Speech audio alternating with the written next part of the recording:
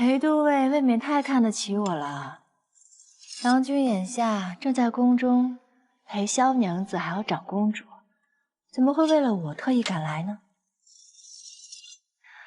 实不相瞒，在他的眼中啊，我不过是一个为他赚钱的卑贱妾室，死后家产皆归夫家。他能为我哭上一日，便是情深意重了。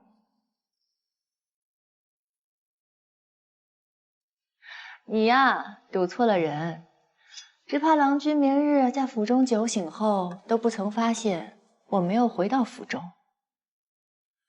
你说你给我倒上酒，还把我这手绑着，我怎么喝呀？与其陪我哭等到明日，不如你先帮我解了绑，我陪你一起赏月吃酒，如何？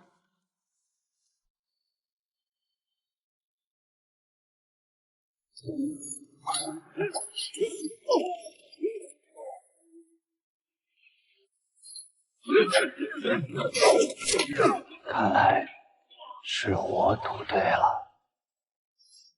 若蒋长阳死在你面前，不知何店主会哭几日呀？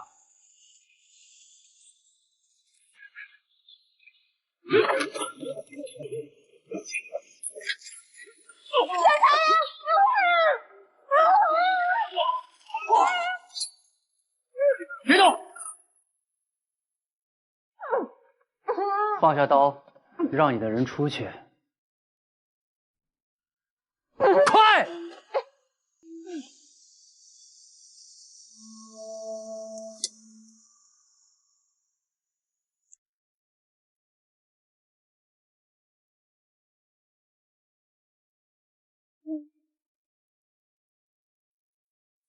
随之，这般宠爱自己的小夫人，当明白被人夺去所爱，心中会有多痛。我与雪溪不过兄妹之情，他对你避而不见，不过是上次之事气还未消。裴都尉完成不了大王的嘱托，便将气撒在我身上，不妥吧？说的好听，上元之日还不是同他出双入对？一边携美同游，一边又舍不下自己的爱妾，虽知风流多情不是非雪溪不可，但我却不同了。你这般行事，有没有我，雪溪都不会嫁你。他为了萧家，为了保全大王的颜面，未将此事闹大，都尉何不见好就收？就算成不了这门亲事，往后为大王效力的机会还有很多。可若惹恼了萧家，惹恼了我，都尉就不怕惊动圣人吗？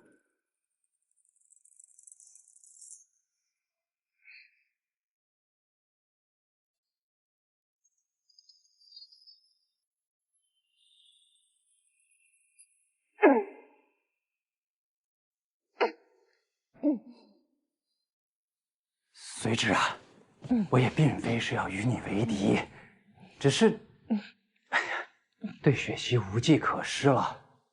你若真想为宁王分忧，就当是助我一臂之力，多劝劝雪溪才是。啊，雪溪看似柔弱，心性却甚是坚毅。他认定了的事极难回头，我左右不了他如何择婿。罢了，多谢随之提点。今日是我糊涂了，人你带走吧。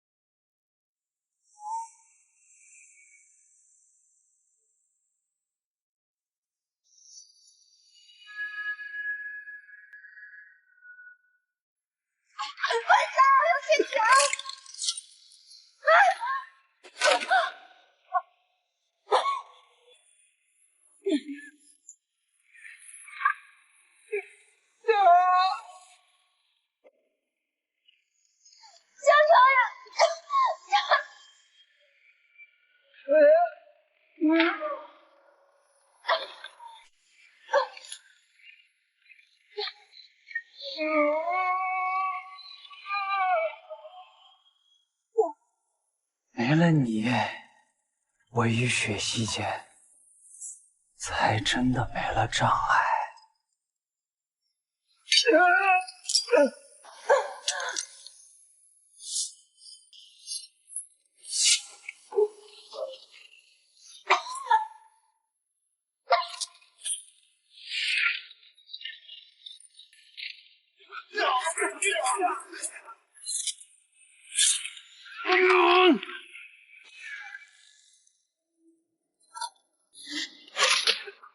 郎君觐见。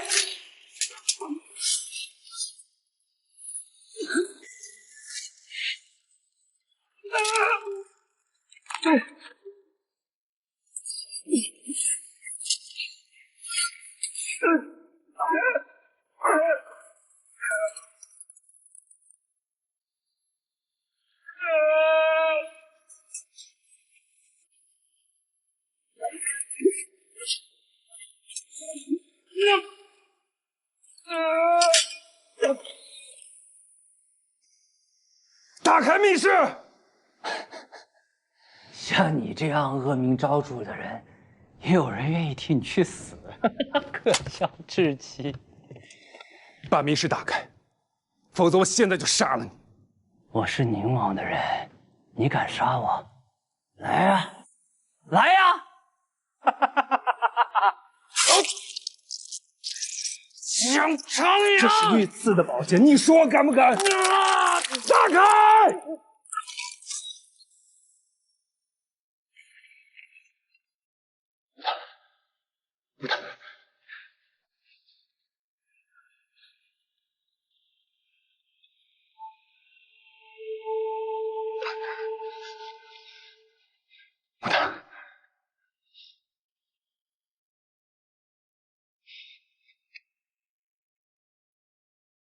解药何在？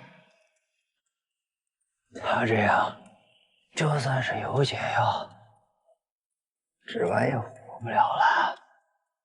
他若死了，你就来陪葬。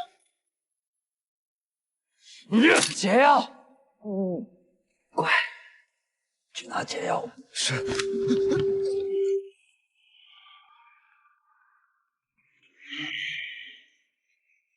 想张扬，你经得起高手护你性命又如何？你以为那些名门贵女敢驾驭你吗？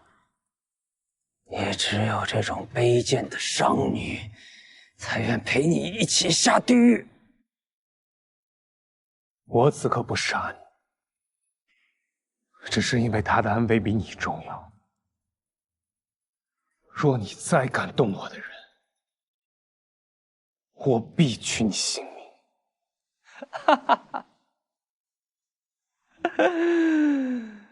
装的有情有义，你比我好到哪去？天下谁人不知你蒋长阳恶贯满盈，仇家遍地？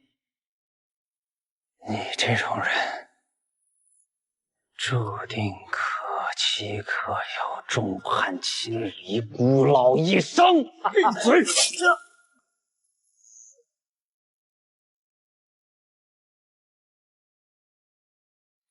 小样！闪开！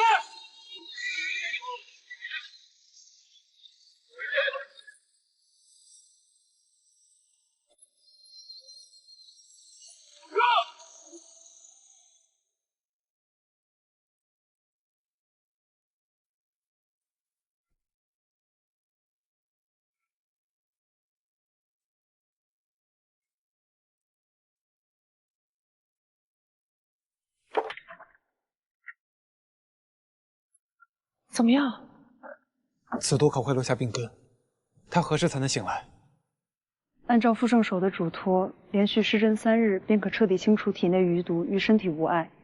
眼下1个时辰后应该也会醒了，可差人去备些软糯的粥食。川羽，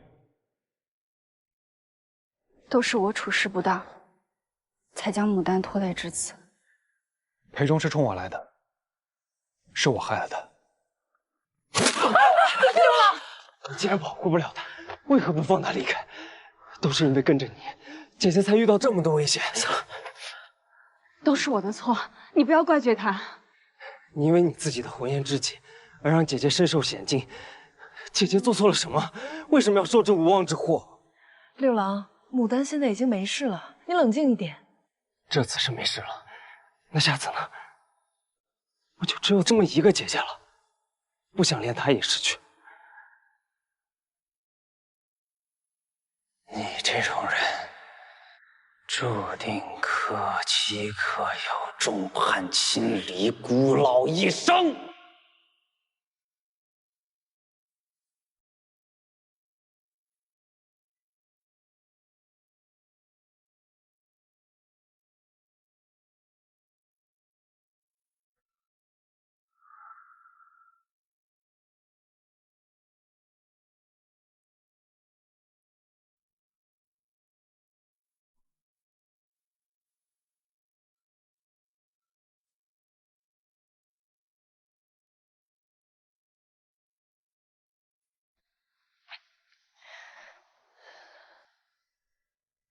牡丹，你醒了。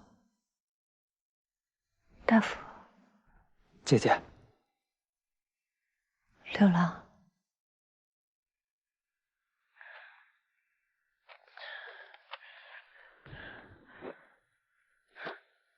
小心。蒋长阳呢？她死了。你说什么？你别听他瞎说，他没事儿，好着呢。那为何他不在此处？姐姐就这么在乎他吗？只有我跟大夫在这守着，让姐姐很失望吗？你明知，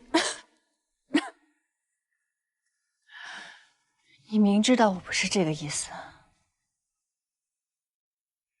今日情况危急，我不见到他，心里总归是不安心。她有姐姐跟侍卫护着，能有什么危险？行了，六郎，蒋军他真没事儿，他回去了。方才他还让川渝送来吃食，还送了阿胶羹呢。姐姐，你遇到危险那刻，就当真不怕死吗？你有没有想过，若你有事儿，我、大夫、小春，还有方圆花满住的所有人都该怎么办？那一刻我来不及想那么多，我只知道不能让他有一丝的危险。姐姐，你对蒋长阳一心一意，那他呢？他值得你如此付出吗？六郎，我知晓你一直对他偏见颇深，但你可知，无论是在洛阳、军营，还是长安，他一次次将我从黑暗之中拉了出来。我不知道他是否问过自己，这样对我值不值？我只知道，能为知己者死，魂魄不愧矣。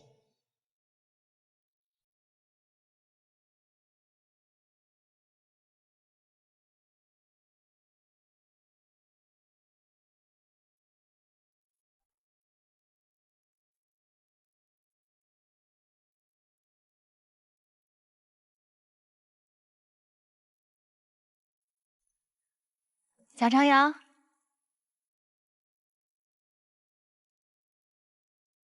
夜深路重，当卧床养病，好好休息。我这不是过来探探虚实吗？万一六郎把你打坏了，我可赔不起，要连夜搬家了。好好的上元节，连累你，差点看不到这轮明月。你不用自责，之前你帮了我那么多，这次就当我还你人情了。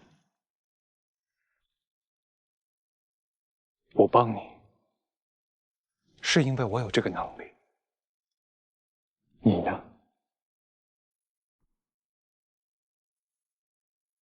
你这句话是什么意思啊？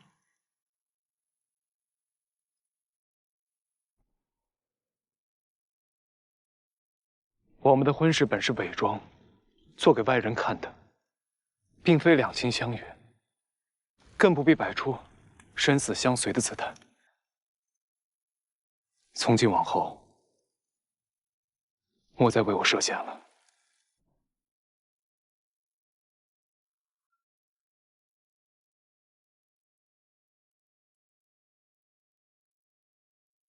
我来找你，你就跟我说这些。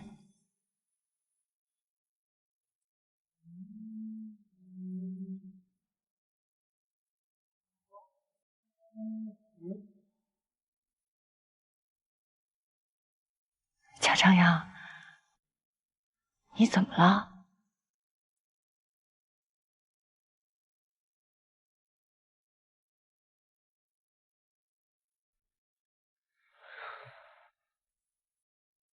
我只是为今日之事感到后怕。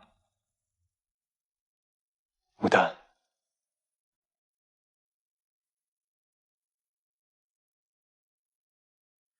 我很庆幸能交到你这个知己。那日在宁王面前，你帮我掩饰密室所在，我已十分感激。但今日，你为了救我，连自己的命都不要了。这对我来说，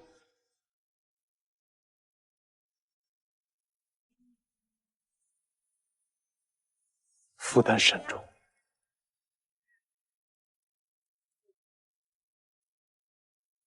负担？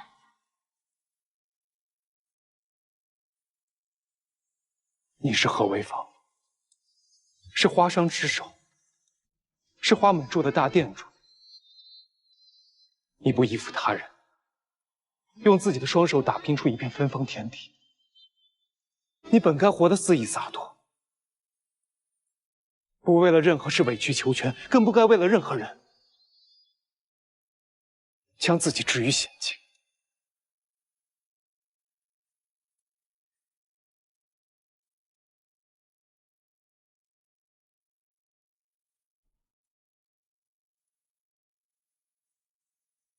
是啊，肆意洒脱才是我该有的样子。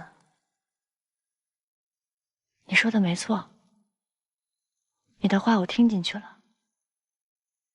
从此以后，我们两不相欠，知己。你光人为影，云深不知际。若浮生一许，风起涟漪。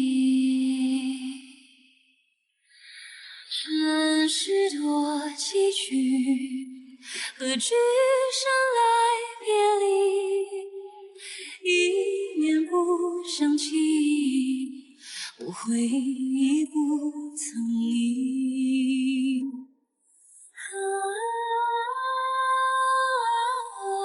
芳华已为止，心无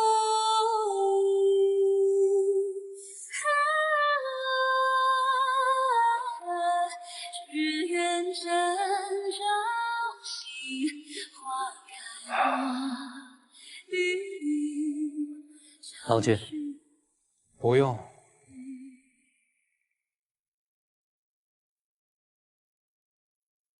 郎君可想好了，真的要放弃表白心意吗？经了此事，我才清醒过来。万千险境我早已习惯，但我怎可要求他也习惯？我不该为了一己私心，妄图将他绑在身边。这些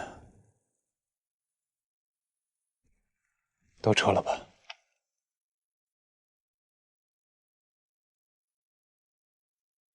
独行长夜太久，早就不敢奢望能撑到日出。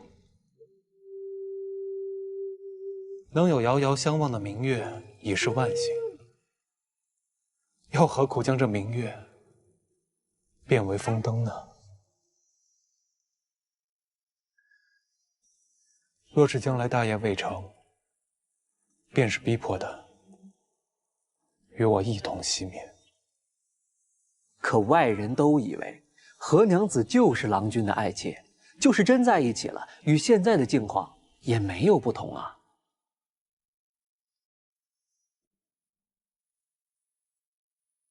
此情不说破，若再遇危机，我还可以以朋友的身份说服他离开。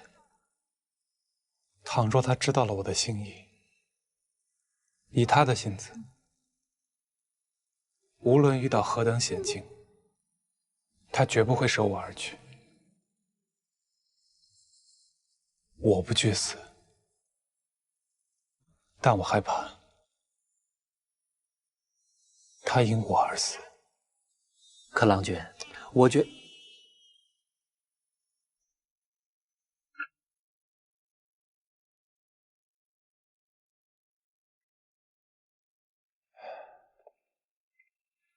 那裴忠他吩咐设宴，按老规矩处置。郎君，宁王在长安暗藏的兵力，都是裴忠在管辖。射箭顺着这条线，马上就可以把宁王所有的兵力摸清楚。此时若是杀了裴忠，宁王换人掌兵，恐再难追溯。大业尚未成功，还请郎君三思。饶他一命也可以，但牡丹的仇不可不报。君子报仇可以忍个10年，但花鸟使可以只求自己痛快。是。别玩！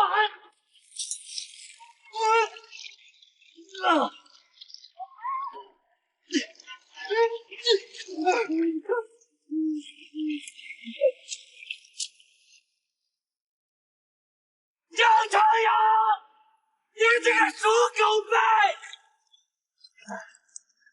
张长阳，他如此肆无忌惮，不仅伤我辱我，还将此事传遍长安。如今外人皆在看我笑话，他这般的不将大王放在眼里，还请大王为我做主啊！断案论迹不论心，他没有留下把柄，光凭你一面之词，如何判断？下官亲眼所见，那带头伤我之人，便是他的侍卫。除你之外，可还有其他人证？你设计陷害他，以他的性子，捅你2刀，揍你1顿，已经是很给本王面子了。雪溪前日来过，你猜他同本王说了些什么？下官不知。你2人为他争风吃醋，可雪溪口口声声维护的都是蒋长阳，在讨女子欢心方面，你还真该多向他学学。大王，蒋长阳他乃浪大，败了就败了。如若风度犹存，或许还能扳回一城。雪溪情之所向不重要，重要的是萧家不可怠慢。是。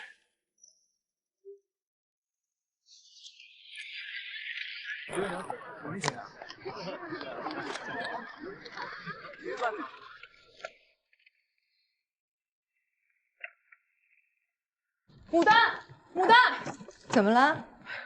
好不容易等到重新开航，咱们南下的商船却都被拦了。为何？我去打听了一圈，码头上的人都客客气气，说话却吞吞吐吐。他们说都是上面人的吩咐。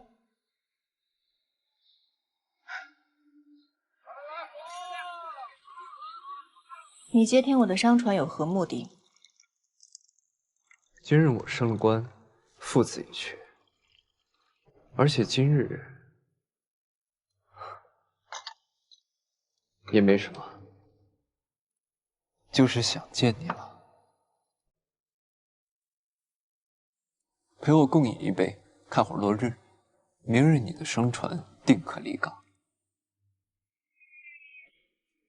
如今我的商船并非只有这一条水路可走，还望转运时让我将货带走。店铺还很繁忙，恕不奉陪了。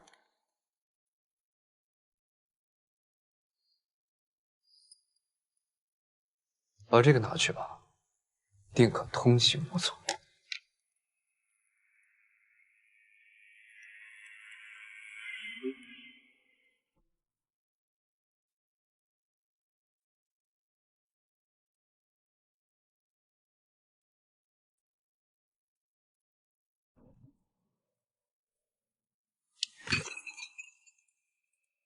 我今日只想让你陪我片刻，就片刻而已，你就对我这般避之不及吗？我避着你，尚且又被放火，又被抄家。若是你再纠缠我，我岂不是连命都没有了？那是因为你是蒋长阳的人，他与裴忠争风吃醋，却连累你中毒遇险。你跟在那样的纨绔身边，日后不会太平的。听说断腿之人，寒凉之时最是难熬。转运时烧着2个火盆，可见是旧伤还在疼吧？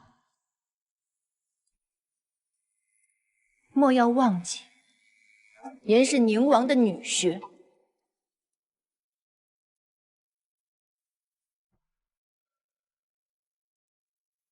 宁王英明，有容人之量。如果你能为大王所用，这全国的商道任你通行。花满驻步出3年，定可开遍大江南北。说了半天逼我现身，不过就是为了钱。你何必在这里惺惺作态呢？对外我是忍辱求全，那是为了扫清我们日后的障碍。对你，我从无伪装。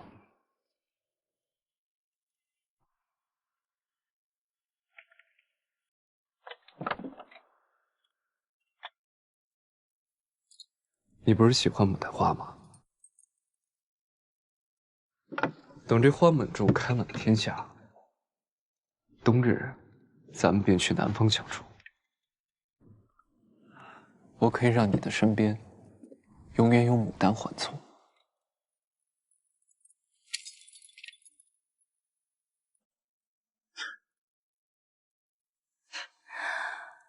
哎，刘畅，你真是把我给逗笑了。之前你我刀剑相向，如今你在这里给我装深情。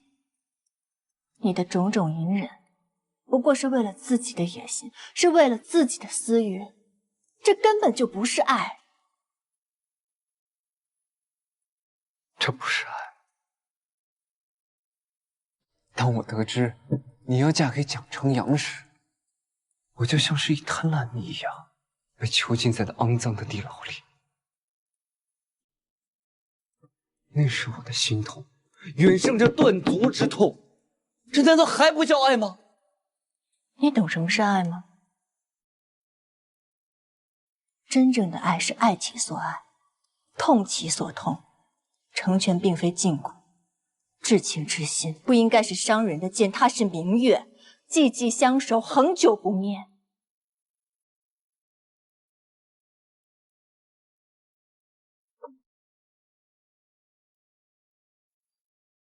你当真心悦蒋长阳？是，不可能。他蒋长阳贪赃枉法，浪荡不羁，凭什么得你倾心？我以前也不明白爱是什么，是蒋长阳让我明白了，爱一个人究竟是什么样的。而你，恰恰相反，你不顾现状，再三对我纠缠，使他心生妒忌，火烧方圆，是你伤害了所有的人。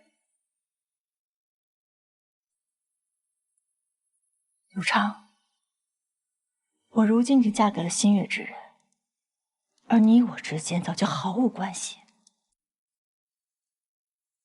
善待先主，莫再执着了。毫无关系。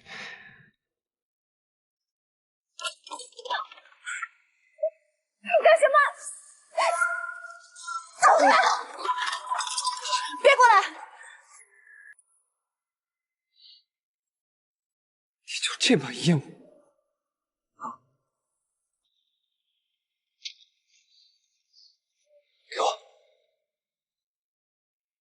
我伤了你？你想多了。我怎么会因为你这样的人伤了自己呢？别动！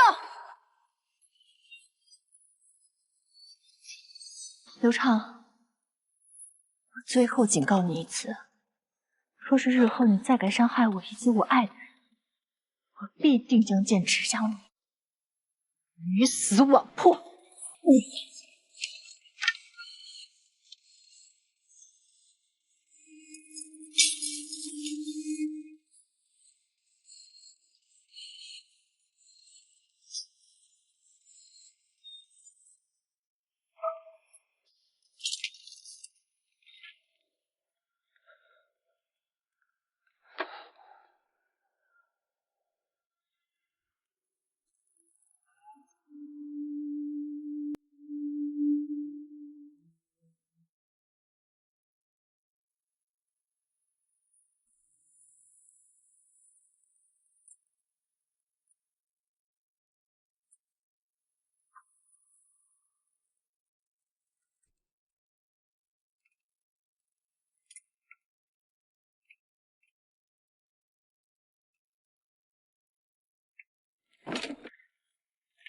怎么回来的这般晚？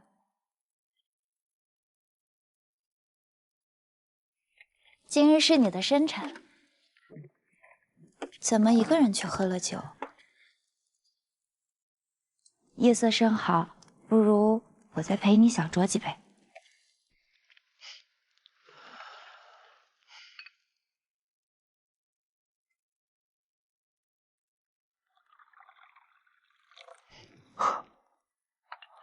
你放下自尊，只为和心爱之人过个生辰。可天不遂人愿，对方心里就是没有你，这又是何苦呢？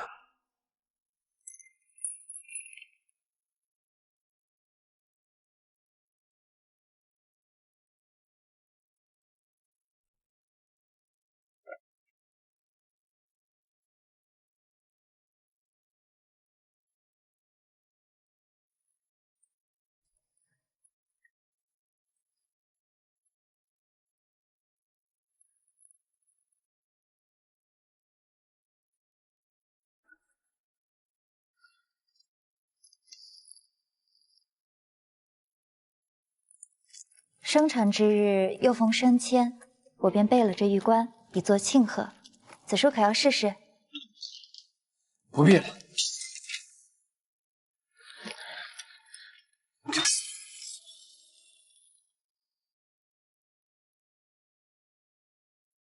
你不喜欢告诉我便是，我拿走就好。你为何要当着我的面毁了它？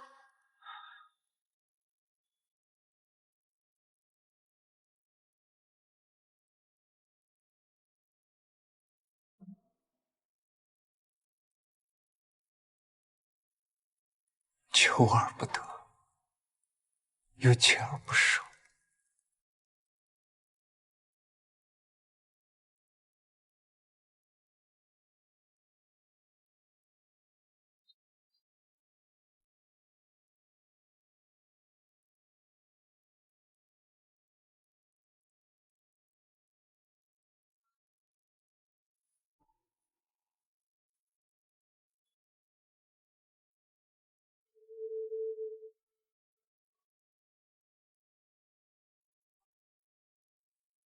我们是一样的。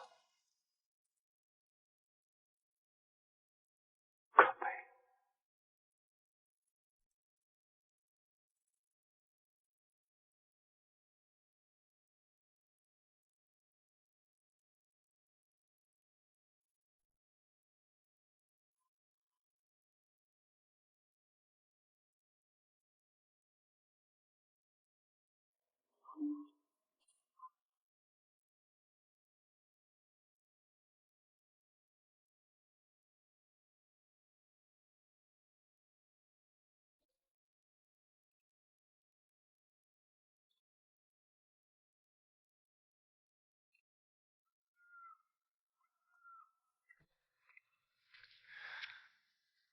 刘畅可有伤你？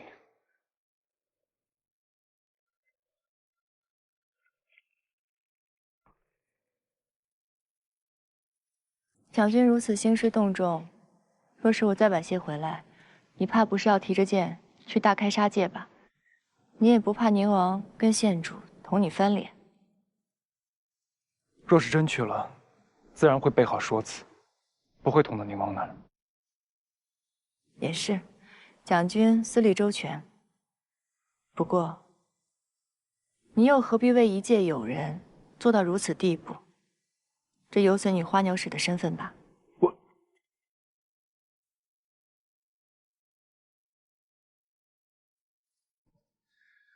刘畅接手漕运，不只是你的商队，只要是没有办法为宁王谋利的，都会出行受阻。而那些畅行的船只，做的都是私运宝器、倒卖贡品的勾当。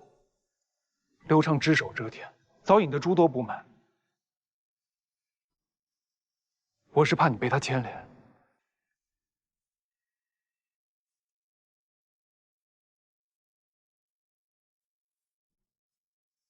我不是藕断丝连之人。今日见到刘畅，该说的皆已说清，不该有的妄念皆已断绝。还请蒋军放心。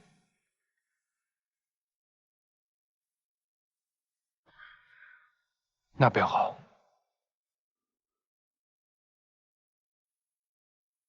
我既是花满洲的店主，这店中出了任何事情，我都会去解决，也理应由我自己解决。还望蒋军能够信任我的能力，不用再为我的事情担忧。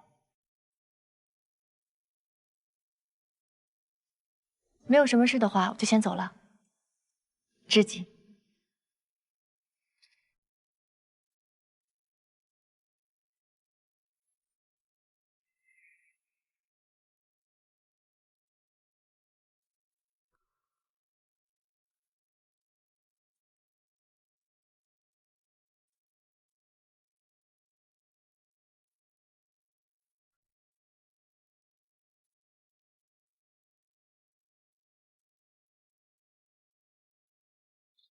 郎君，不如你告诉小夫人，3日之后便要除掉刘畅，他的商船日后便可畅通无阻。小夫人一欢喜，或许就不会对郎君这般冷淡了。是我求仁得仁，自当承受。你不必在他面前多嘴。是。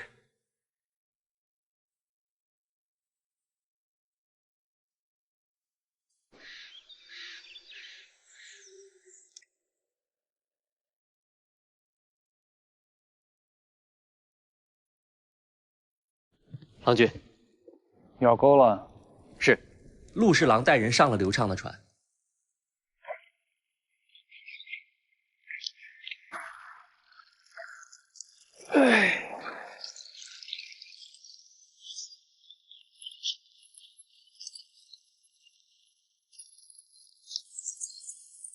船上所有人听令，立即站成一排，等待搜查。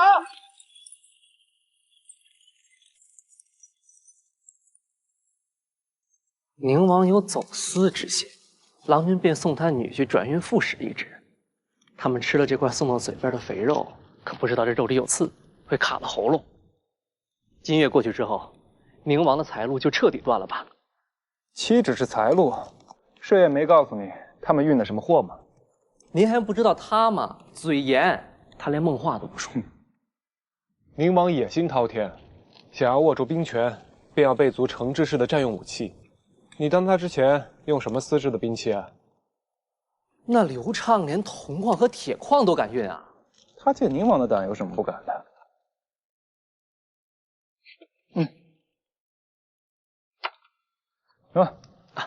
老君，这鱼肉太腥了，我吃不惯。拿去喂野猫。啊，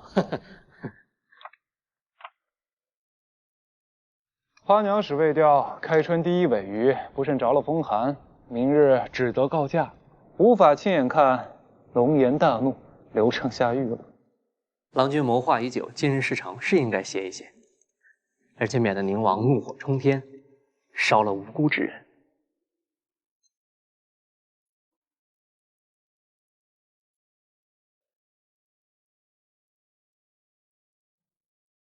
陆侍郎，这么大阵仗，所为何事啊？刘军，本官接到检举，说有人违反漕运规章，趁夜私运进货，特来查证。不知刘军为何在此船上？陆侍郎说笑了，刘某掌管漕运事宜，此船运货早已报备批准，何来违规一说？陆兄怕是要白跑一趟吧？原来是刘军特批。这么说，检举之人是造谣陷害了？正是。本官既已上船，船上有无进货，一查便知。若真是虚惊一场，必定向刘军好好赔个不是。送。慢着。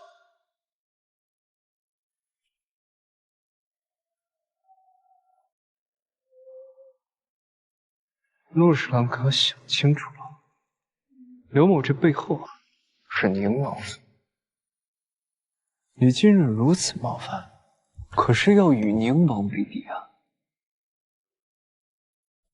刘军，莫要为难本官，职责所在。此船若真干净，本官明日便去宁王府上负荆请罪。送。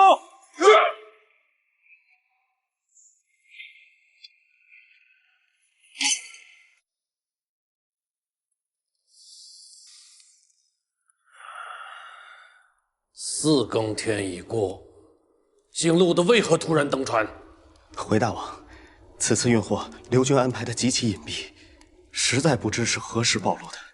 都让人登船了，还说极其隐蔽？这要是让他们发现了船上的东西，圣人必定会察觉咱们私设军器房之事。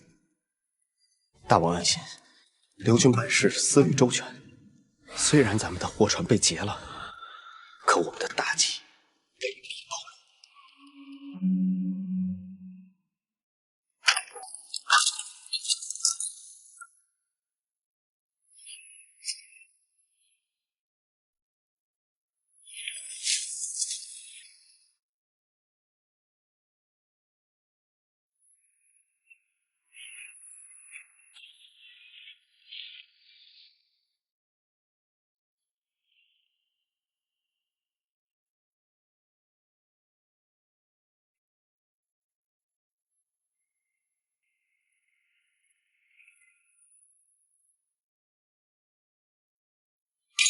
刘畅，你作何解释？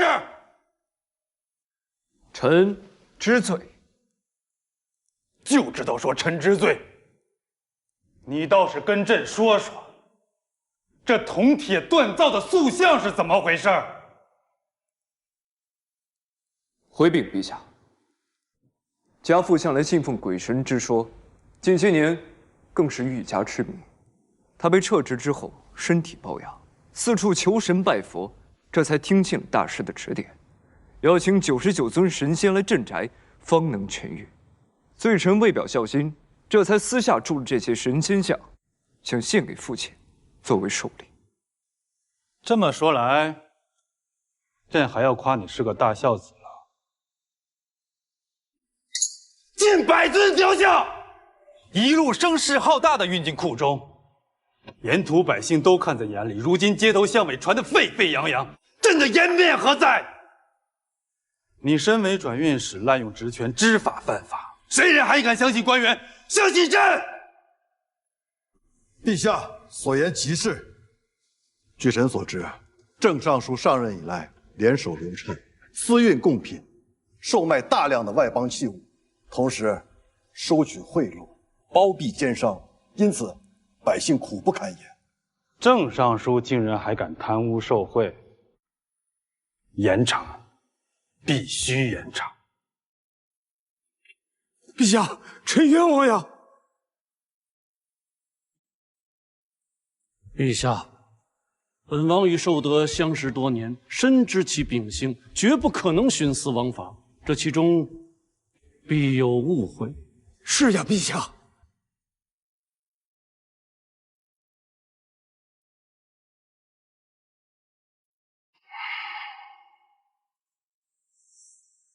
宁王替郑尚书担保，朕自然相信。可是皇兄觉得此事该如何问责呀？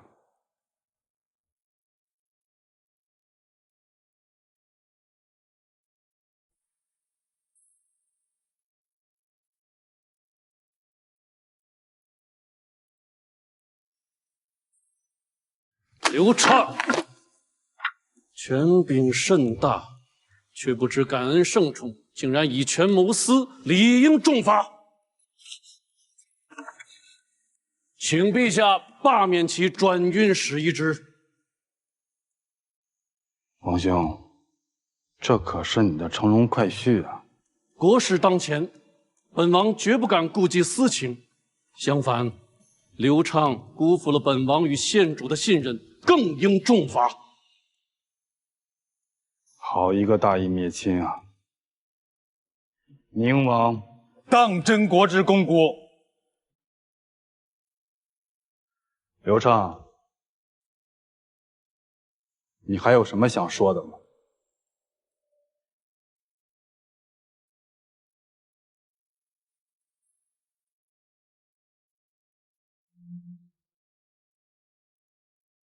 臣认罪，无可辩驳。好吧，那就按宁王说的办。此外，为了让百姓安心，这漕运也得好好整治整治。陆侍郎姬良有功，转运使一职日后就交给你了，替朕好好的管，务必杜绝私运、贪腐之风。臣领旨。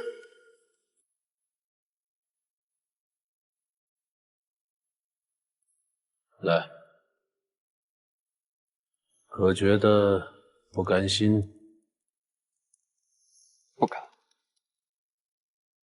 郑尚书身居要职，不能有任何闪失，只好委屈你了。小婿明白。但你这次做得好呀！铜铁塑像虽然被查，但是你父亲信奉神佛之事，很多官员也是知晓的，所以尽孝的说辞，你还说得过去。若真是让陆侍郎查到了生矿，那才是大麻烦。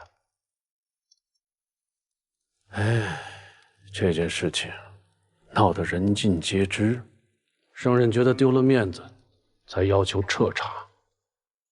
不过，就是做做样子罢了。待日后他有了新的乐子，自然会忘了此事。到时候，本王有的是机会让你重返朝堂。多谢大王提携。最近做事要低调些。军器房暂时解散，各自避避风头。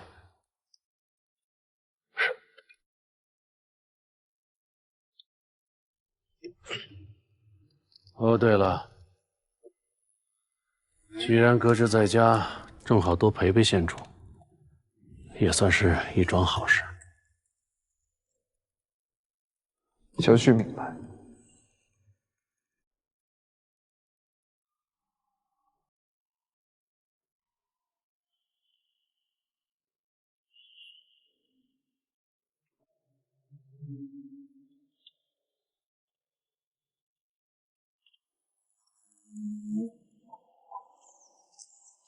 好了，就送到这儿了。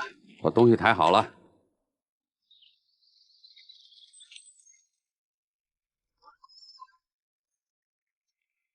何店主，过去在你铺中也进了不少名贵药材，如今何家落魄了，我也不想赶尽杀绝。不过，若是下个月初5你还是还不上账，就不是这2箱东西能够解决的了。是，多谢丁店主体恤。哎，你家那长女在长安混得风生水起，怎么也不知道好好孝敬你这父亲。若不是今天亲眼看你家中零落，我还以为你是故意哭穷的呢。走了。丁店主慢走。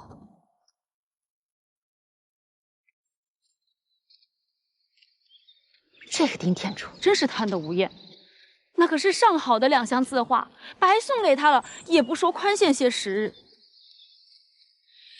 那么大的亏空，下月初5如何还得上啊？马儿，怎么了？怎么了，马儿？啊！哎呀，你可有受伤啊？啊！马儿，为何摔了盘子？桃酥不好吃。哎呀，不好吃就不吃嘛，安娘再给你做新的啊。做的都不好吃，我要是避风斋的点心。行，那一会儿安娘着人给你买去还不行吗？买什么买？如今宅中人人皆以做食，你的好，你还以为自己是富家子弟呢？你跟他说这些干什么？他还小，是个孩子，哪懂这些呀？还小，牡丹他这么大的时候，不仅识文断字，还能帮我计算账目，从不让我费心。那你此时说这些，又是何用意啊？他何为芳再好，可有念着你半点好了？他自从去了长安，除了寄回几封家书来，可有想着回来探一次亲？他现在可是花商之首，那方圆里用着金山银山呢，可有想着回来帮衬咱们？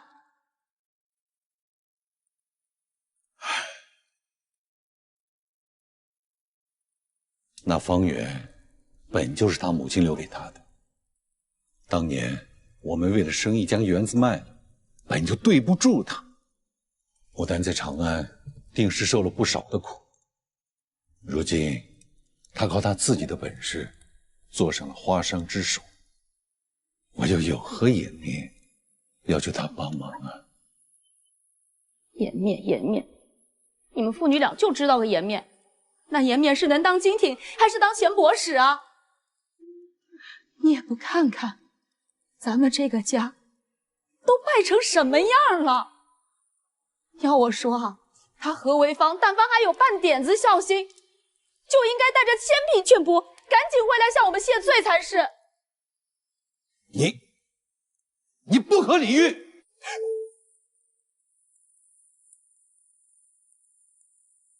阿娘，阿爷为何如此动怒？与你无关，你阿爷啊是气你的阿姐不忠不孝呢。生气有何用？姐姐是咱何家的人，做错事家法处置便是了。他算哪门子何家人呢？他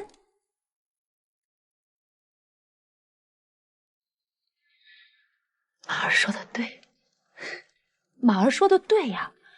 你这个姐姐啊，但凡还一日姓何，那便一日别想跟我们脱离了干系。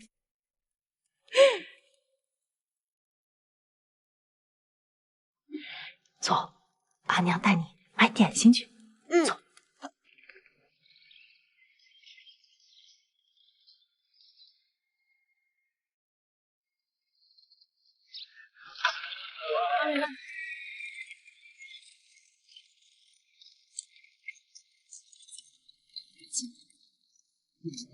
这是哪儿？这是咱未来的金疙瘩。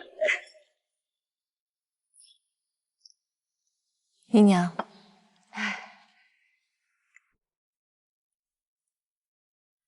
父亲他近来还好吗？都挺好。看到你在长安如此富足，姨娘也很是欣慰。你父亲在洛阳时时惦念着你。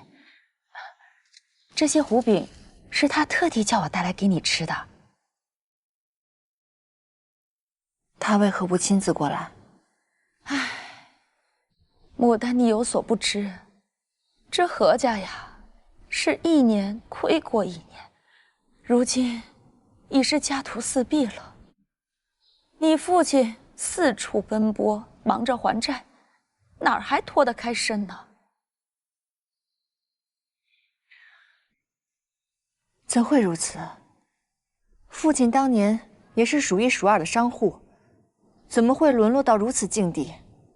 你又不是不知，你和刘畅成亲那年，何家为你贴补进去多少啊？后来你从刘家逃走，那众人都以为你死了。刘家不仅不再帮衬，反而还处处为难，我们哪儿斗得过关呢？那其他人也是见风使舵的，这生意还怎么做呀？牡丹，你如今这潇洒快活，可是整个何家的安危换来的呀。我明白了，我收拾一下细软，回趟洛阳，与父亲商量一下解决之法。别！你父亲的性子你又不是不知道，他可不就是拉不下脸才让我来找你的吗？那你就算回去了，他也不会见你的。可若是我不回去，我如何帮父亲打点生意呢？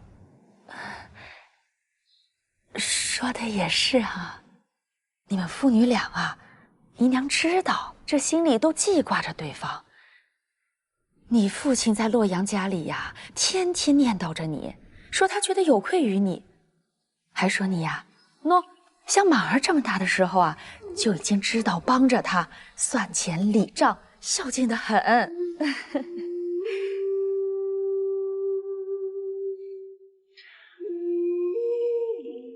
如今父亲有难，哪怕他不见我，我也不会坐视不管。这样，我差人先置办一些玉器，还有丝绢，你带回去，解燃眉之急。这几日我会联络长安的药商，想办法牵线搭桥，让父亲的生意重新做起来。好，牡丹有心孝顺，姨娘甚是欣慰。只不过你说的这些个法子，它毕竟不能从根本上解决何家的困境啊。姨娘这是什么意思啊？姨娘跟着你父亲这些年，生意的事情也算是略知一二，你又何必瞒着姨娘呢？长安城谁人不知，这方圆才是你身材的根本呐。不是父亲叫你来的。牡丹何出此言呢？自然是你的父亲叫我来的。我深知父亲的秉性，他对母亲用情至深。母亲生前最珍惜的便是方圆，父亲深知这一点，怎会向我讨要？姨娘瞒着父亲来到了长安，还真是煞费苦心啊。但可惜，你从我这里得不到一分一毫，更夺不走这个方圆。来人，送客。请吧。牡丹，你误会了。牡丹，如今何家真的需要你的帮助。你看看马儿，你看看你阿弟，他还如此年幼，你忍心看着他跟着我们一起忍饥挨饿、风餐露宿的吗？不忠不孝的无礼俗妇，我才不认你这个姐姐！不许说这句。父亲有句话，确实没有说错。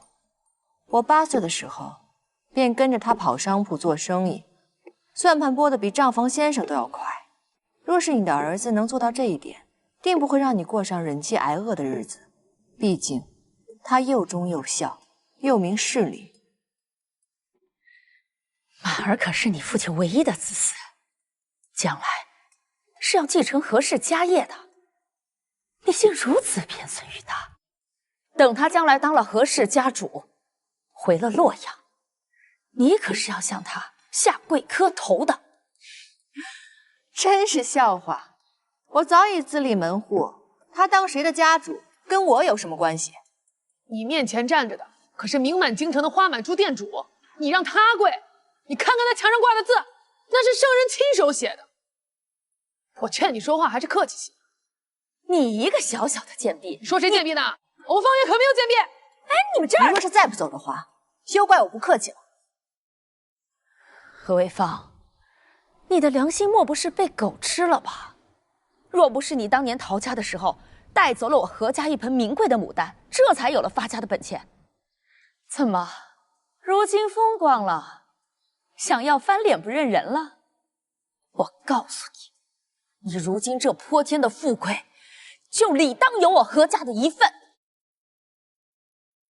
我在长安白手起家，几度危难起伏，我从来没有求过你们任何人。而如今，你想来分一杯羹了？我告诉你，这琼台玉露是母亲所种，方圆是她留给我的嫁妆。父亲有难，我自会与他商量。但是这一切跟你毫无关系。来人，送客！我不走。哎，你别碰我，你们别碰我！我不走！何为芳，你母亲不是必死的！等下，你说什么？你母亲当年并非染了病，而是被下了毒。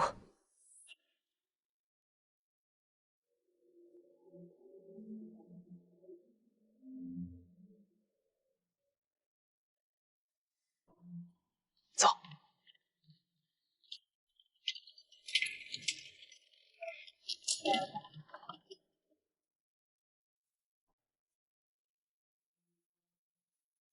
接着说。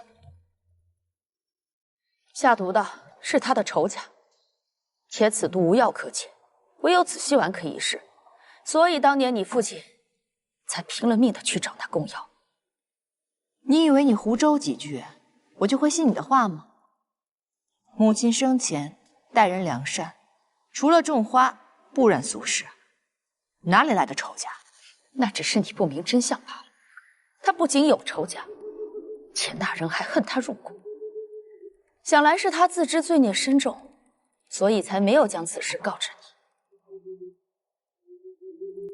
你。你仔细想想，是什么样的恶疾会突然发作，且短短数月便撒手人寰？你是自小接触药材的人，可曾见过这样的怪病？如何证明你说的是真的？我知道此人是谁。给我5000匹绢帛，我便将此人的姓名告知于你。是真是假，你一探便知。好，我答应你。这个吴红是洛阳人，曾在长安做贵人家仆。几年前，他回老家探过一次亲，正是何夫人生病那段时间，日子对得上。他回洛阳探亲前，一直住在长安，应当和母亲无冤无仇。他为何要害母亲？这个实在没查到。不过此人古怪得很，他回到长安后销声匿迹了一阵子，甚至换了名字，深居简出。他若心中没鬼，为何要这般？他如今人在何处，在做什么？他在城外经营着一间孤幼病坊，平日也没什么异常。周围乡邻都对他赞不绝口，说他慈善亲和，对孩童甚好。你可有他的画像？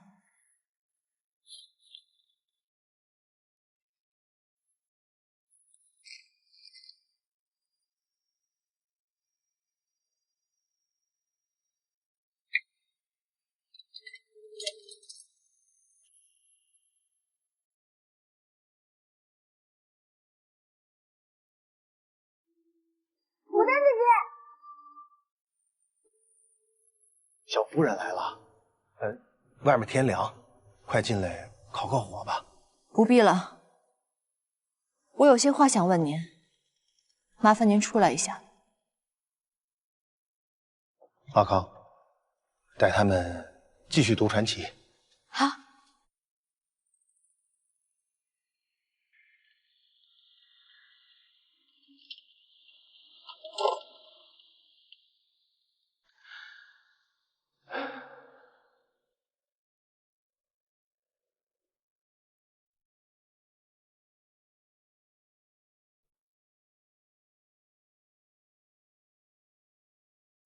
你本名叫吴红，是与不是？是。洛阳何家药铺的店主，你可认得？认得。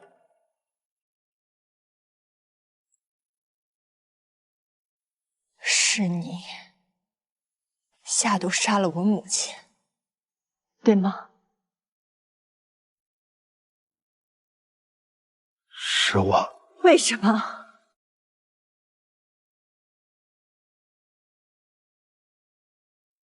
那一年，死的何止你母亲一人。那年，我得知家里遭了水患，便匆匆地赶回了洛阳，心里灾后大疑。我眼睁睁地看着我的爹娘、妻儿都死在了我的面前。你可曾体会亲人尽丧的绝望？可这些跟我母亲有何干系？水灾死的是我们贫寒人家，病灾死的还是我们贫寒人家。那些官吏、富商全都躲在宅子里避疾，他们得了病也不怕没钱买药，而我们呢？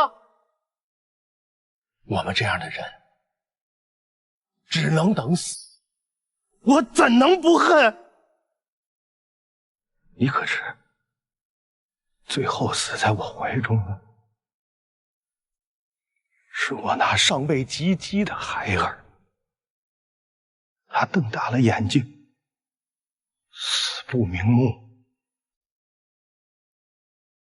我当时满心的仇恨，只想找个人给我的亲眷陪葬。可高门大户岂是我随便能够进入得了的？我到处游荡，终于寻找到了机会，进入到了一所宅子。你的母亲，她认出我不是平日给他们送菜的农户，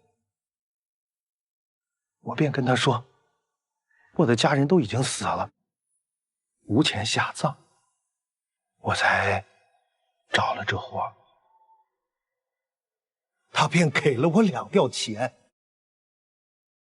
我不需要她的施舍，我也不需要她跟我装什么善人。我只想让她给我的家人陪葬。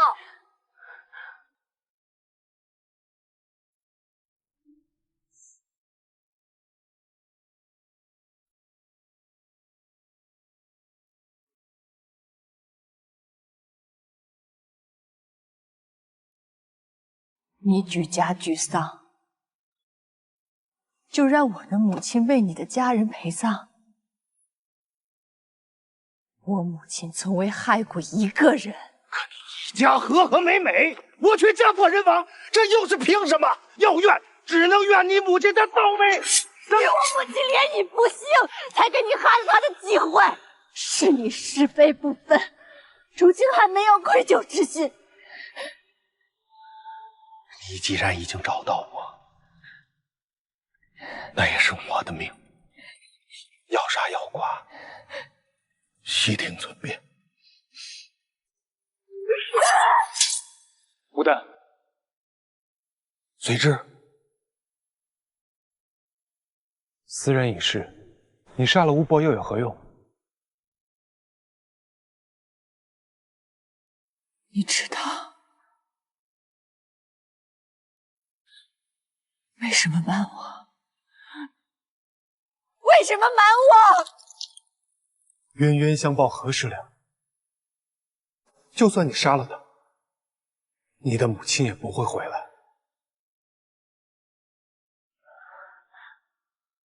江朝阳，你我俱是丧母之人，我曾经以为你是懂我的。让开！我让你让开！随之。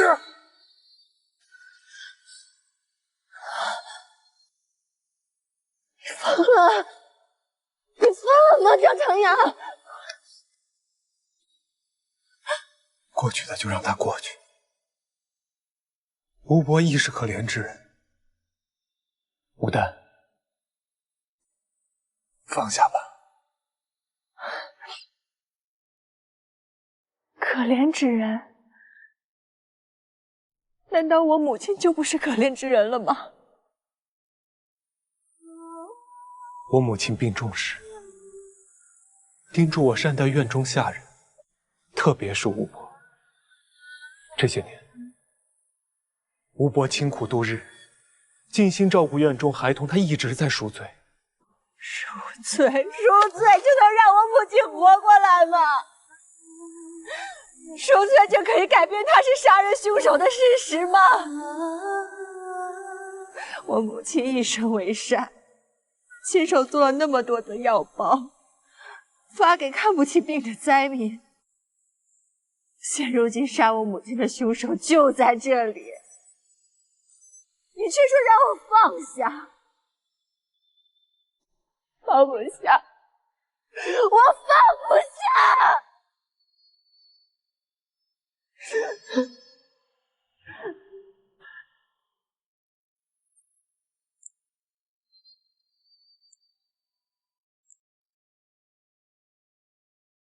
这些年，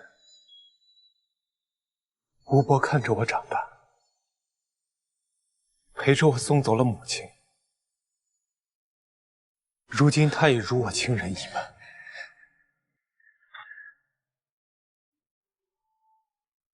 我不能让你伤他。小夫人，吴伯，不必多言。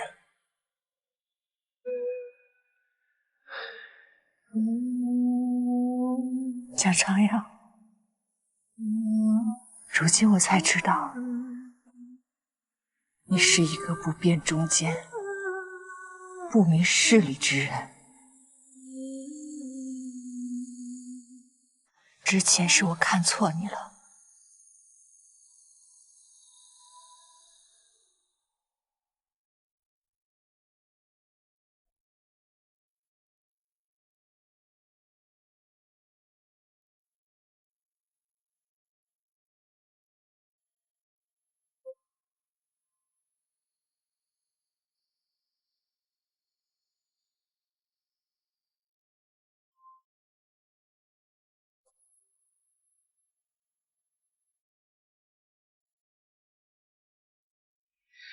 你光人为异，云深不知际。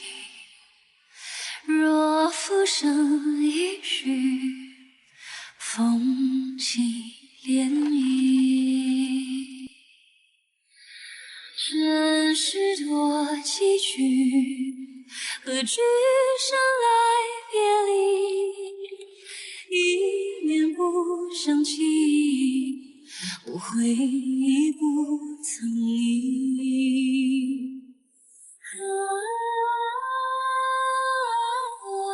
芳华已为真，心无语，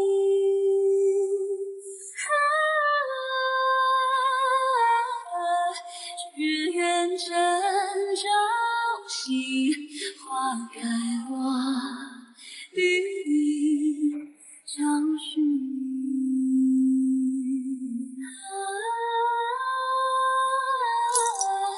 繁华已为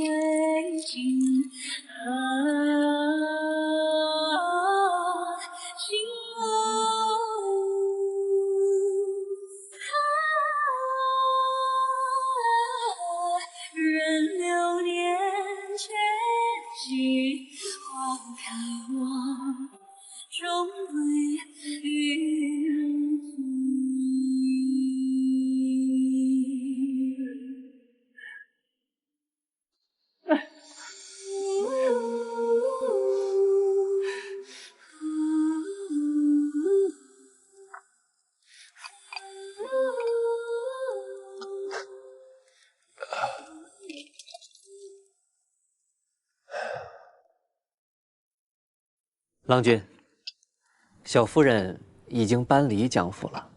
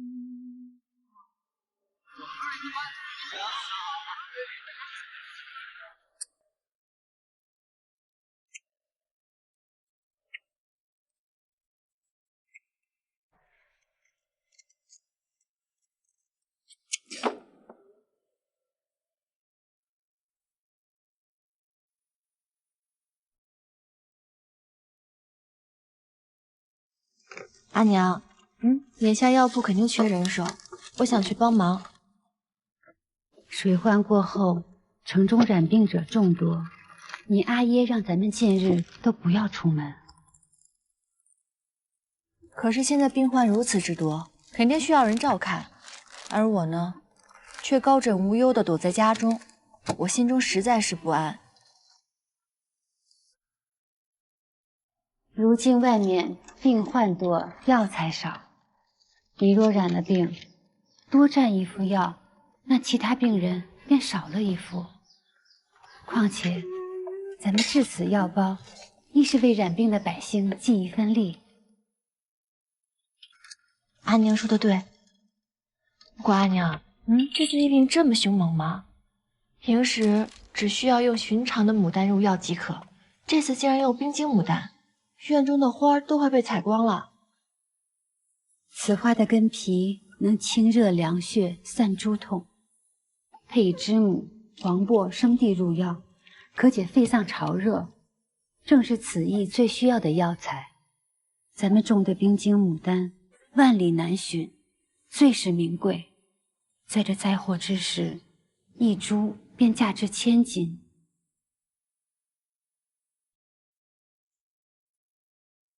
阿娘，您将这么贵重的药材分给看不起病的灾民，阿娘真好。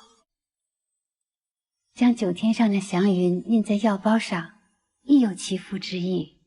但愿服此药者都能身体康健，平安度过此劫。一定会的。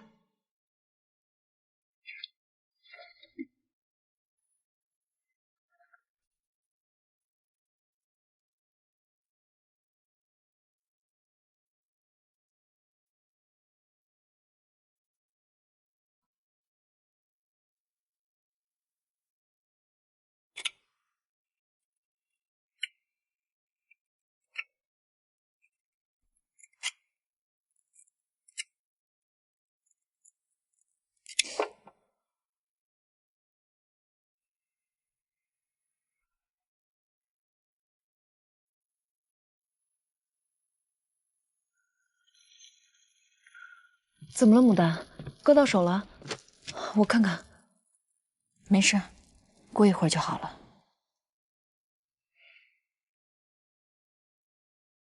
你刻的这是祥云吗？好精细啊！还需要再雕琢一下，等刻好了以后，可以将这祥云印在节里的香包上，图一个好寓意。从前都不知道你还会刻章。是母亲教我的。牡丹，如今方圆被你经营的姹紫嫣红，何夫人在天之灵有所感念，一定会为你感到骄傲的。若无法手刃仇人，我何以担当得起母亲的期望？蒋长阳今日来方圆寻你，六郎说你心情不佳，不想见客，便将他撵走了。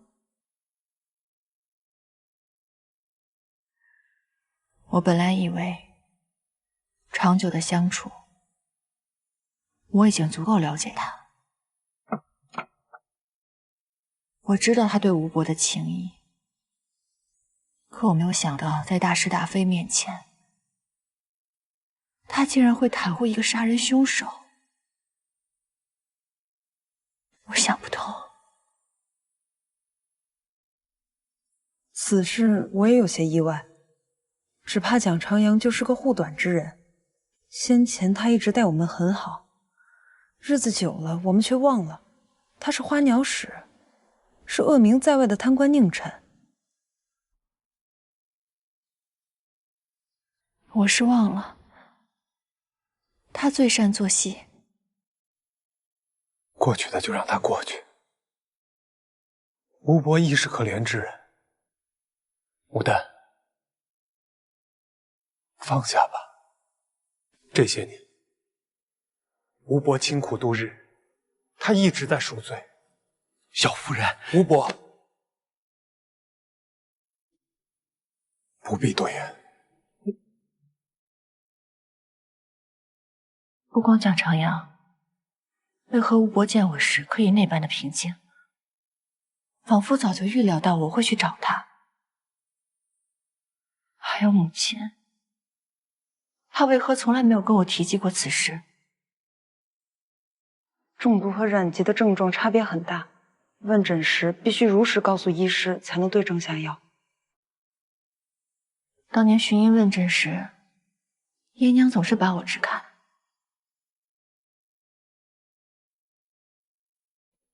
不行，我一定要查明真相。牡丹，让我查的我都查清楚了。吴伯从洛阳回到长安后，一直守在孤幽病房，平日里接触的只有那些孩童，现在身边也没有别的亲友。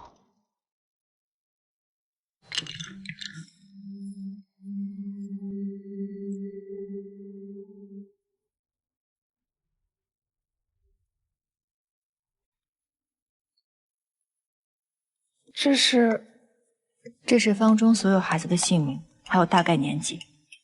有几个我只知道他们的乳名，还需要向周围久居的村民问上一问。你查这些孩子做什么？我想知道这些孩子中有没有从洛阳来的。阿康，阿康！平日阿康天天来这儿玩，怎么今日不见了？哎，站住！是不是阿康啊？你站住！打到哪儿了？疼不疼？无碍，无碍。放开我！过来！放开我！果然是阿康。放开我！背后偷袭，算什么英雄好汉？放开！别动！给我站着！还给我！不给！还给我！阿康，我问你，平时你最乖巧懂礼，你为何今日要打我呀？还打那么重？亏得牡丹平常常给你们送衣衫和吃食，狼心狗肺！你是坏人！不要走！不要你的东西了！松手！松手！你为何这么说啊？你要害吴伯，我都看见了，你就是个大恶人。你怎知恶的不是吴伯？吴伯是顶好的善人，是我的救命恩人。慢点，慢点，慢点！你有肺痨热，慢点说话。喝点水，来。你干什么？我不要你好心，要不是吴伯，我在发大水的那年就已经死了。你要害他，你就是我的仇人。阿康，我问你，你说的可是4年前洛阳那场暴雨洪灾？你真的是洛阳人？我是，那是好多人都染了毒株，全村的人没几个活下来的。爷娘和姐姐都被人圈住，只有我。那时吴伯的家人都已经过世了，他侥幸得到了药，但已经为时已晚。偶然他遇到我，就把药都给我吃了，我才能捡回一条命。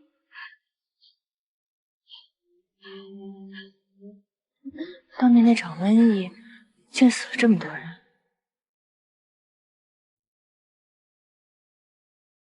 阿康，我问你，吴伯当时是从哪里寻的药？吴伯说是从一个商户的宅子里寻到的。商户可姓何？吴伯没说，但肯定不是。你为何这般笃定？当年毒株并不是无药可医，只是那药材昂贵，需要一味稀罕的牡丹皮。都说城中最大的何氏药铺有这种牡丹皮，可是那药铺的店主却趁机哄抬药价，把丹皮全部都卖给了名门贵户。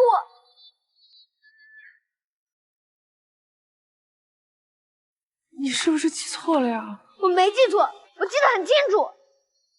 当时爷娘带着我，还有全村的人，在药铺外跪了好几日，却被告知丹皮都用完了。可我分明看着他们捧着药包上了马车，那药包好看极了。我问你，那药包上印着什么图案？是云，是红色的云。我也盼着爷娘能得到一包云彩，可直到他们跪死在药铺门口，也没人理会。村里的人也一个接一个倒下，后山的工地都已经埋不下了，死了太多人，太多了。吴伯说，种牡丹的人见死不救，他手中的丹皮便与毒药无异，不是天灾害死了大家，何氏药铺才是杀人的恶鬼，是我们的仇人。别胡说，小老儿子不会说。没胡说。别说了。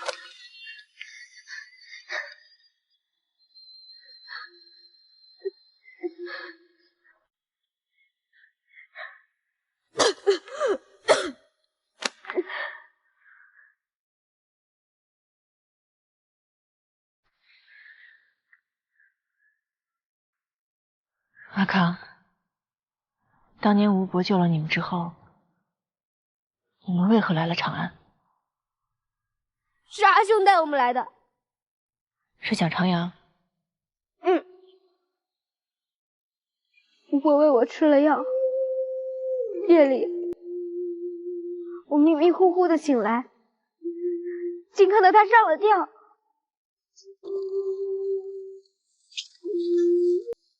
吴伯，是阿兄及时赶到，才救上了他。阿伯，那晚吴伯哭了很久，阿兄也劝了很久。阿兄告诉我，以后我便是吴伯的孩子，只有院子里的兄弟姊妹平平安安，吴伯才能好好的活下去。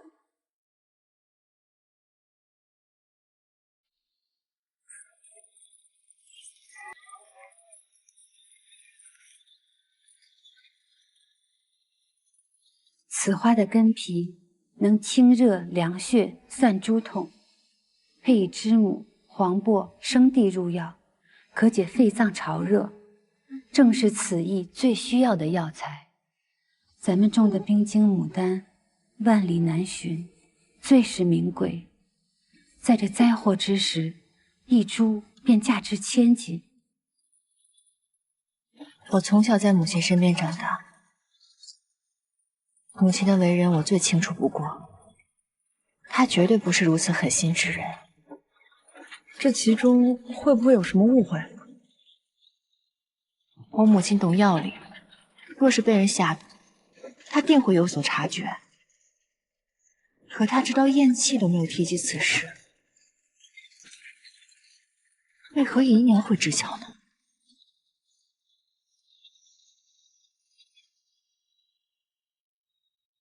我要回趟洛阳。来了！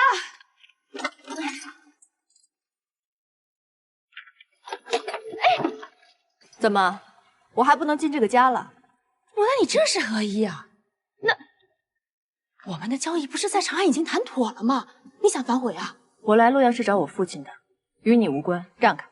可你既与何家脱离了干系，就应该安分守己，别再来找家主了啊，行吗？牡丹，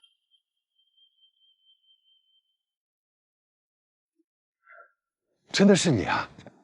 怎么回家也不提前来个信？就是，快进来。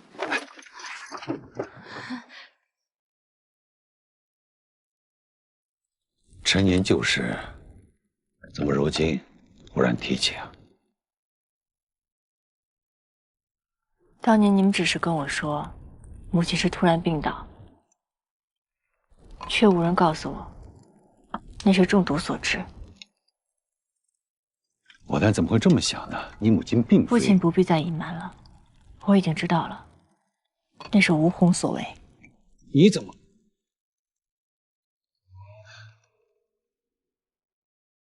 前几日你说回家探亲，实则你去了长安和牡丹见面了。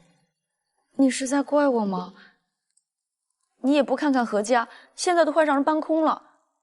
那牡丹既是何家女，帮衬家里又怎么了吗？谁让你自作主张？牡丹，为父不知道那是你的钱帛，2年之内，我一定悉数还给你。还什么还？为什么要还？你闭嘴！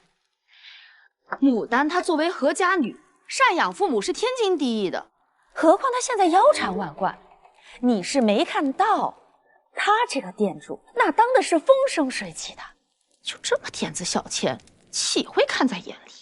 你住嘴！我，哼！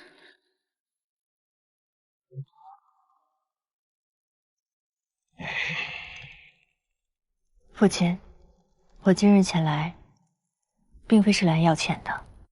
若非姨娘告知，恐怕我也无法查到当年之事。你查到了多少？很多。当年洛阳疫病肆虐，母亲种植的冰晶牡丹可以救人命。父亲，你们当时是不是将丹皮卖给了高官权贵？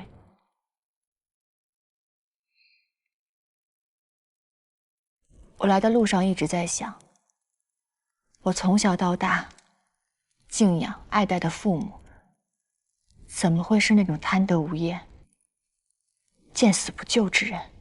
不，你不能这么说你母亲。这件事她并不知情。什么意思？将丹皮高价出售的人是我，你母亲并不知晓那批药材的去处。是我告诉他，我把药材发放给了染病的百姓。为什么？就为了趁着天灾赚更多的钱帛？当时疫病凶猛，高官权贵人人自危，是他们逼着我把全部的药材都卖给了他们。可当年水灾后，百姓们饮水饮食受了污染，这才引发疫病。而贵人们整日待在府中，吃食用物金贵洁净，怎会轻易染病？那些个贵人哪管这些？外出采买的下人，但凡有1、2个染了病，他们被吓得惶恐不已，恨不得宅中备上几百副药才能安心。明明身子无恙，却囤着药材不用，也不肯救人命。父亲当初竟然会答应这门生意？为父只是一介商户，惹恼了权贵，他们便会查封我们所有的店铺，到时候你和你母亲也会受到牵连。牡丹啊，我不敢冒这个险。所以当时您就瞒着我们。你母亲生性慈软，只爱侍弄花草，已尚处年少，这种事告诉你们也只是徒增烦恼啊！我不能让你们母女跟着我受罪，我于心不忍。那母亲后来知晓了，是吴红告诉他的。灾祸平息后，曾有人扮作菜农混进家中，你母亲同情他，给了他些吃食和钱帛。这个人便是吴红。怎会如此？若是按时服药，不出几日就该好转。这名贵的药，只有高门大户能吃得起。我等这样的贱民，怎配销售？何氏药铺的丹皮，都是无偿分发，有何高贵低贱之分？无偿？夫人，你对此药的价格，当真是一无所知吗？难道我的丹皮被高价卖给了患病百姓？若能高价买到也罢，你那些药根本不会卖给寻常百姓，而是送进了高官权贵的府中。怎会如此？这救命的药一包难求，正是个发财的好机会。看来那何店主也没有告诉你实情啊。外面早已尸横遍野，若是半月之前，何家药铺前确实跪满了人，从早到晚不停地磕头，只求一包药。可如今那些求药的人早已下了黄泉，在那些冤魂当中，就有我的一家老小。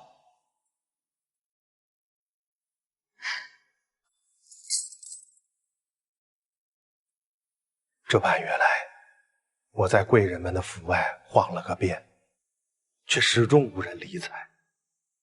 今日若是何店主在家，恐怕也会把我赶走。因缘际会，偏偏让我遇到了你。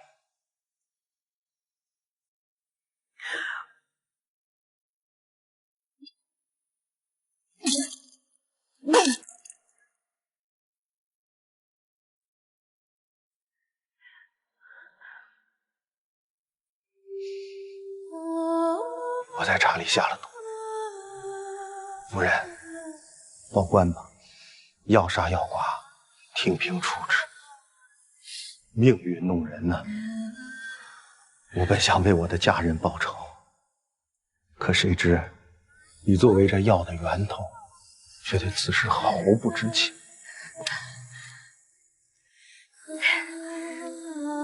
你不必找人请我，我是不会跑的。如今我已孑然一身，也无意苟活于世了。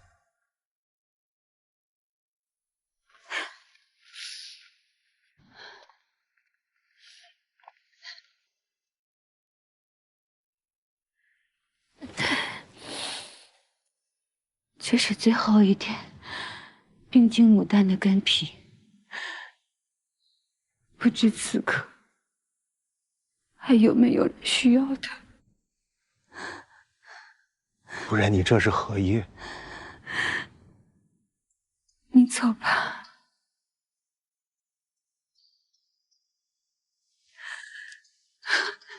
你不报官吗？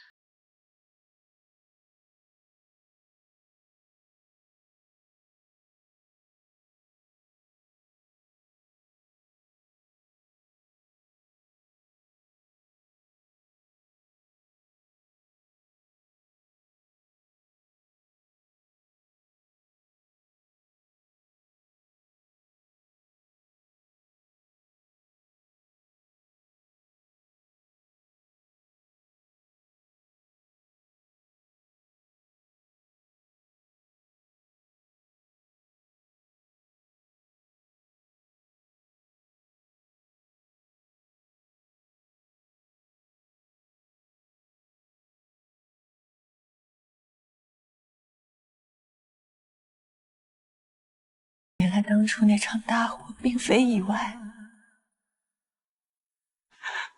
而是母亲亲手。你母亲叮嘱我瞒着你，但我知道，总有一天，你会察觉的。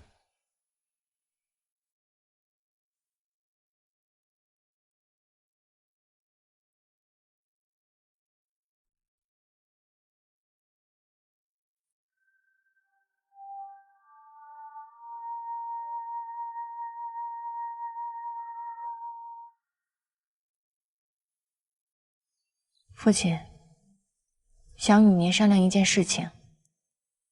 我打算寻找当年患病离世者的遗孤亲眷，若需救济，则竭力帮扶，亦会列出逝者名册，为他们好生建冢立碑。让为父来做吧。当年你并不知情，为父愧对你。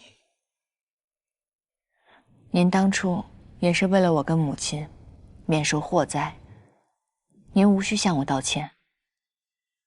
何况我也是何家人，我有责任去弥补当年的受难者。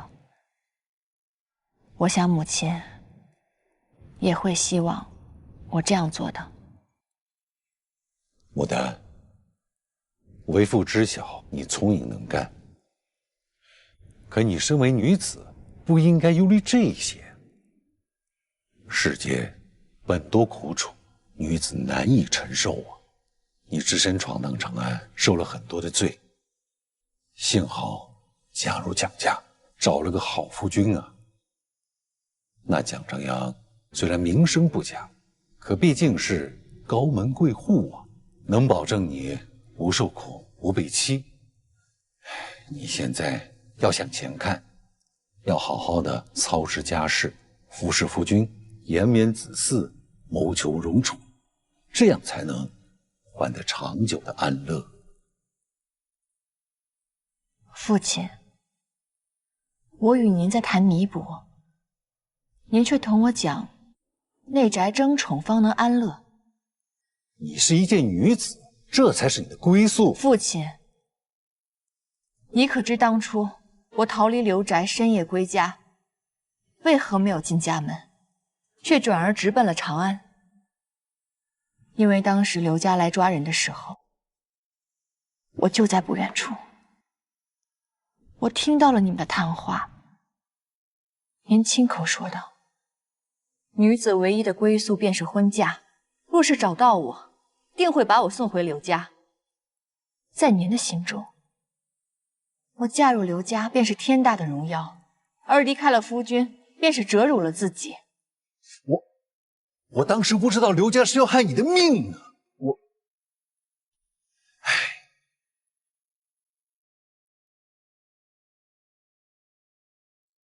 牡丹，现在的你和往日不同了。有何不同？你如今是蒋长安的妾室了。当年是为父看走了眼，如今我听说那蒋军很是宠你啊。那蒋府又没有正妻，你应该好好努力，不要再重蹈那刘家的覆辙了。父亲，您可知，您疼我护我，却又轻视着我。您可知，当初我逃离刘家，不惜假死隐姓埋名，我努力经商，为的就是不再过这种囿于宅院、仰人鼻息的日子。牡丹，你想的太简单了。你根本不知，这经商养家是有多难，何况你是一名女子呢。要知道，你现在能这样行事说话，那全是因为蒋长阳在后面帮你撑着腰呢。父亲真的是这么认为的吗？在您的眼中，女子只能依靠男子，起码他可以让你轻松一点，没错吧？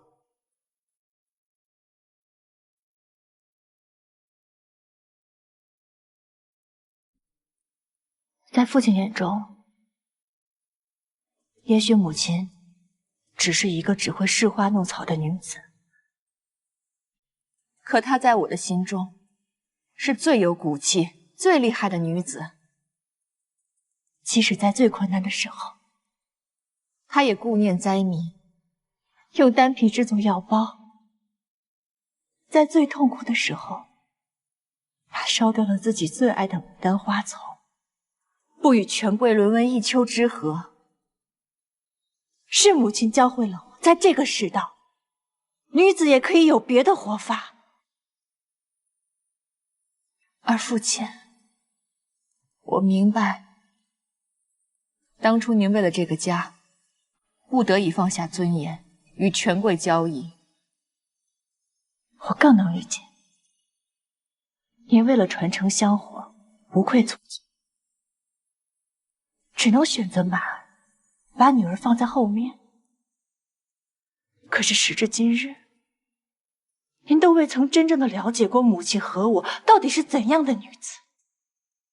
女儿心中所向，父亲无法懂得，所以父亲要求女儿做的，女儿也无法做到。牡丹，你怎就如此任性呢？为父都是为了你好。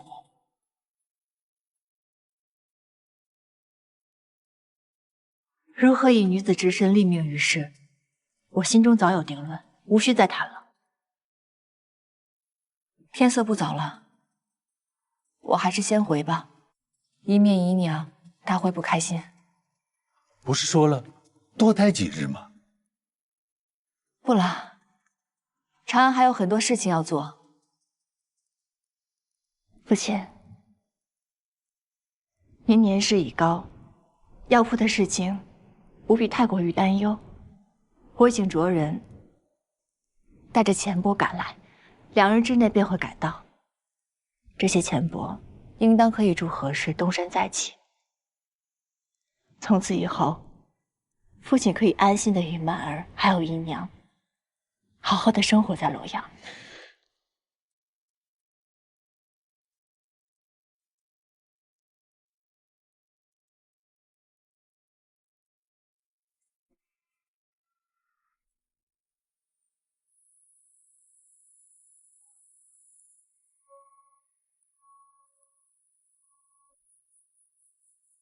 父亲的养育之恩，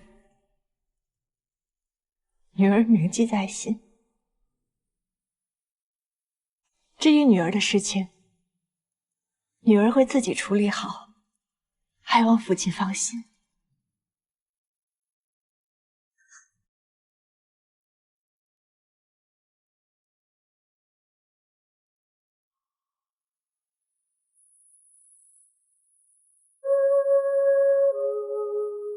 牡丹，要不吃了饭再回啊？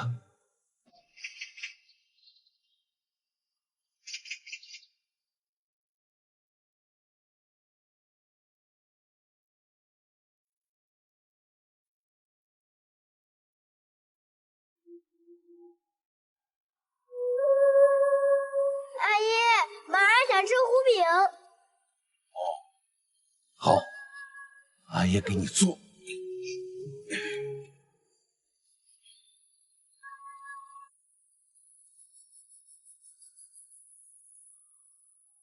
不了，父亲，您多保重。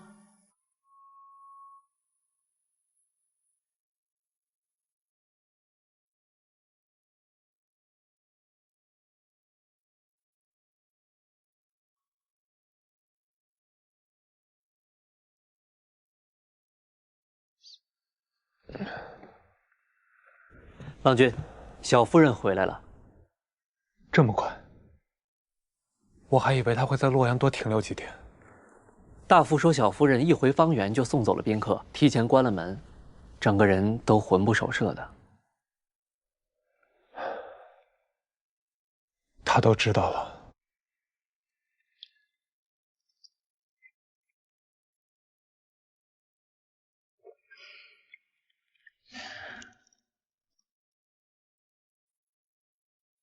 我也盼着爷娘能得到一包云彩，可知道他们跪死在药铺门口，也没人理会。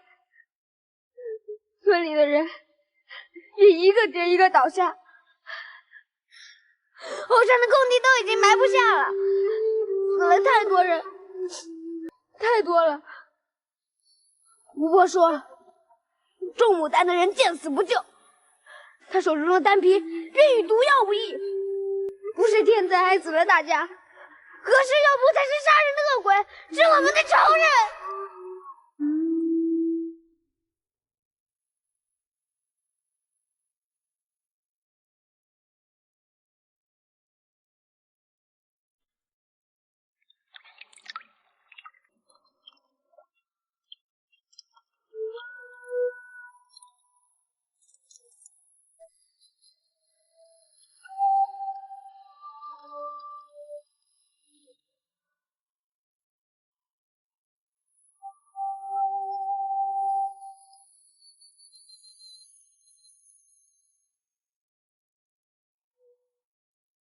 牡丹，你是何时知道的？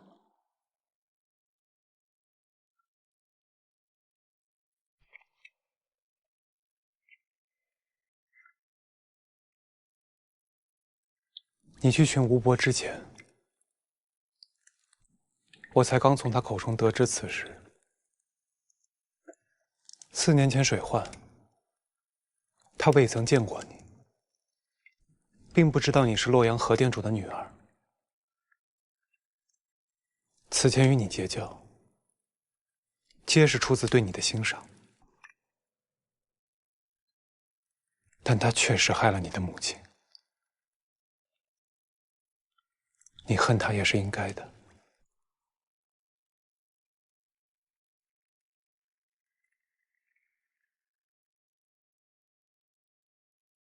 还疼吗？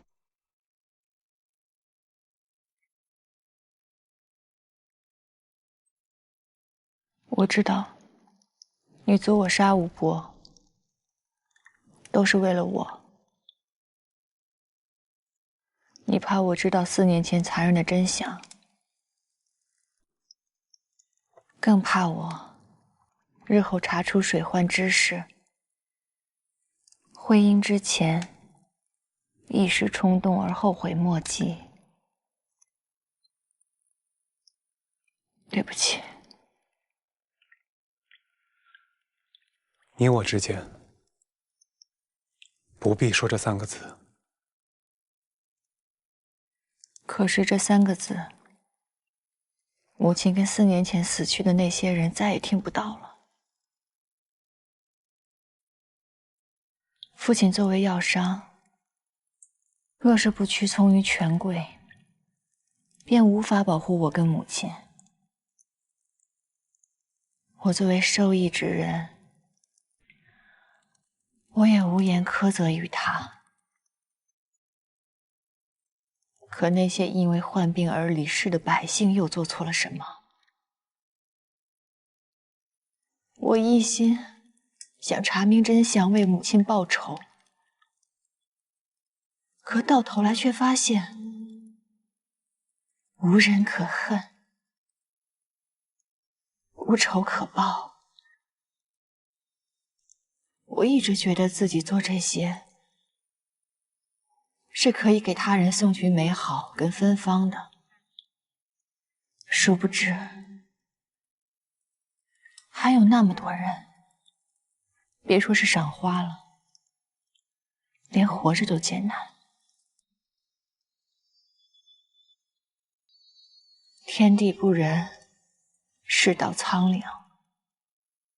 我突然间不知道要如何做好一个商人了。哪怕做到花商之首，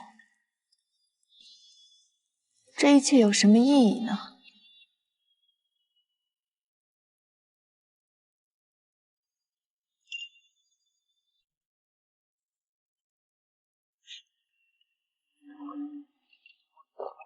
牡丹，你从商以来，从未赚过不义之财，从未做过亏心之事。你重开方圆，让那些无人可依、无家可归的女子有了依靠。你做这些怎么会没有意义呢？我将自己困于这方寸之间，看不到世间的真容。经商之道究竟为何？我想不明白了。我想不明白了。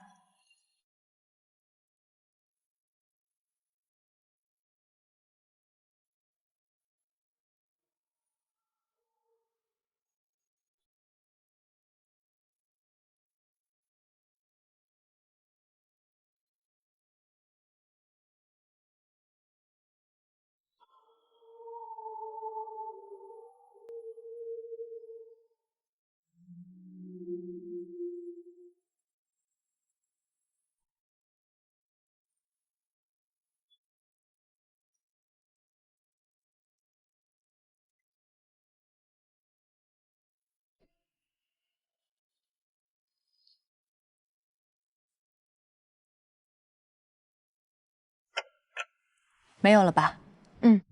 本月的账目都清了，所有货钱皆已结清，只剩下最后一单待送。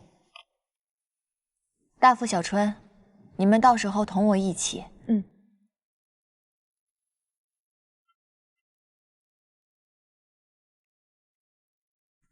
我总结了众人的擅长之事，还有做工的履历。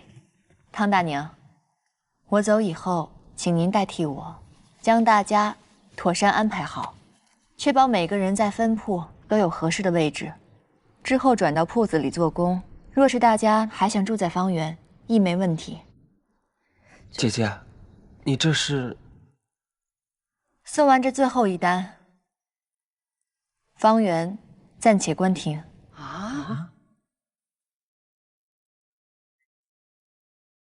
花满珠和青书斋的合同契，还有贵方平帖，全在里面。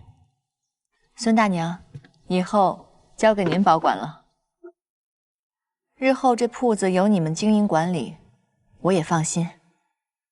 花满珠和方圆都已名满京城，你付出的心血和成就，全都不要了吗？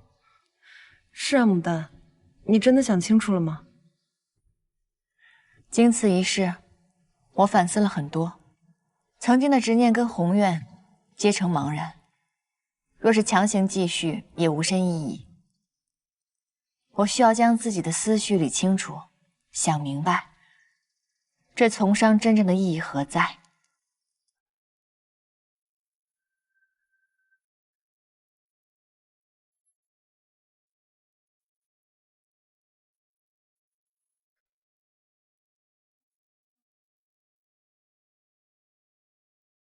郎君，未时已到，稍后还有要事。